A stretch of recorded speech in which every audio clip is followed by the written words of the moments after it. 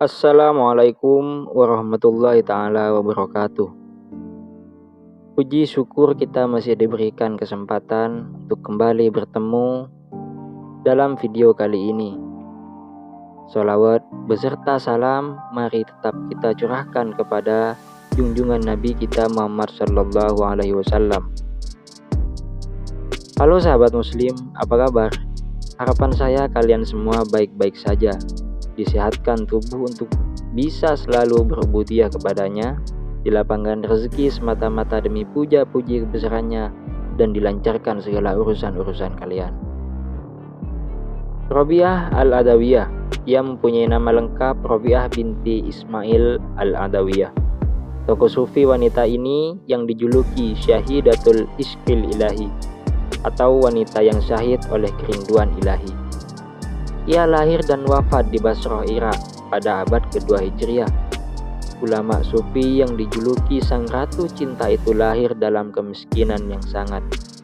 Dikisahkan, tak ada kain untuk menyelimuti dirinya, tak ada minyak setetes pun untuk pemoles pusarnya, tak ada lampu untuk menerangi kelahirannya.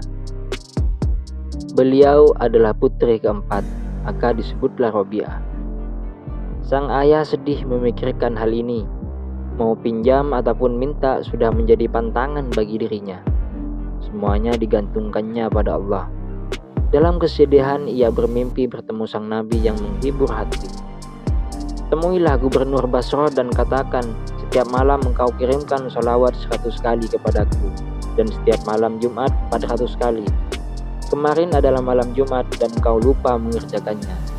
Sebagai penebus kelalaianmu itu, berikanlah kepada orang ini 400 dinar yang telah engkau peroleh dengan cara halal.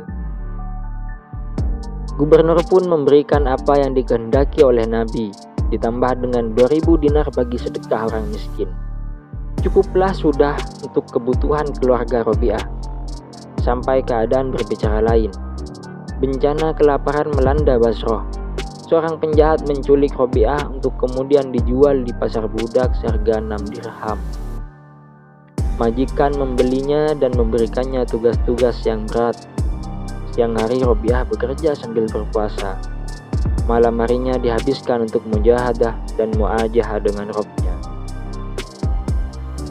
Kedekatan beralih menuju keakraban.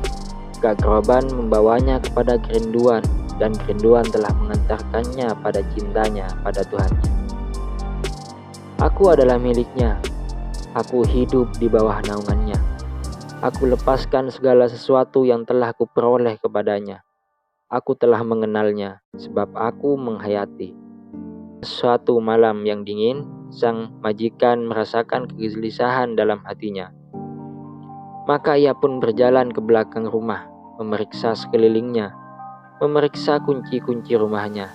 Dan ketika ia sampai di dekat gudang tempat Robiah ditinggal, kekagetannya membuat ia sendiri gugup. Lampu yang semula dipegangnya kini terlempar entah kemana. Bagaimana tidak? Ketika ia melongokkan kepalanya ke dalam ruang tempat Robiah beristirahat, ia sedang melihat Robiah menjalankan sholat. Dan di atasnya tampak cahaya yang terang benderang, bukan lampu, sebab cahaya itu tidak bergantung kepada suatu apapun. Esok harinya Robiah dipanggil. Majikannya menyampaikan keinginannya. Ia membebaskan Robiah sebagai budak. Kini Robiah merdeka. Meski sang majikan berharap Robiah mau untuk tinggal di rumahnya, namun ia memilih untuk pergi menjauhi masyarakat di sekitar. Dan ia menemukan sebuah gua di pinggir desa. Tinggallah ia di sana. Suatu hari di musim semi, Robiah memasuki tempat tinggalnya. Kemudian ia melongok keluar sebab pelayannya berseru, "Ibu, keluarlah dan saksikanlah apa yang telah dilakukan oleh Sang Pencipta.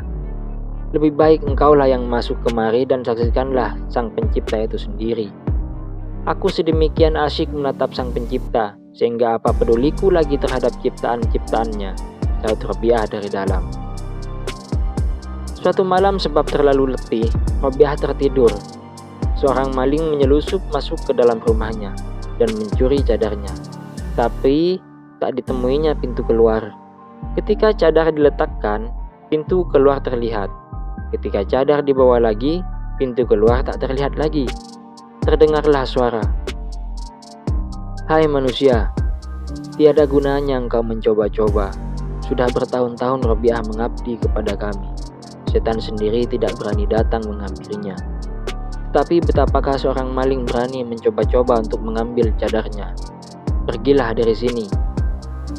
Di malam-malam hari yang sepi dan sunyi, dalam kerinduannya dengan Sang Pencipta, Robiah bergumam sambil bersujud, "Ya Allah, apapun yang Engkau akan karuniakan kepadaku di dunia ini, berikanlah kepada musuh-musuhmu. Dan apapun yang akan Engkau karuniakan kepadaku di akhirat nanti, berikanlah kepada sahabat-sahabatmu. Karena Engkau sendiri cukuplah bagiku. Ya Allah, semua jerih payahku dan semua hasratku di antara kesenangan-kesenangan dunia ini adalah untuk mengingat Engkau. Dan di akhirat nanti, di antara segala kesenangan akhirat adalah berjumpa denganmu. Begitulah halnya dengan diriku. Seperti yang telah kukatakan, kini berbuatlah seperti yang Engkau kehendaki." Subhanallah, rasa cintanya kepada Allah patut untuk kita teladani. Semoga kisah ini memotivasi kita untuk lebih dekat dengan Sang Pencipta. Terima kasih telah menyaksikan video ini. Sampai jumpa. Assalamualaikum warahmatullahi wabarakatuh.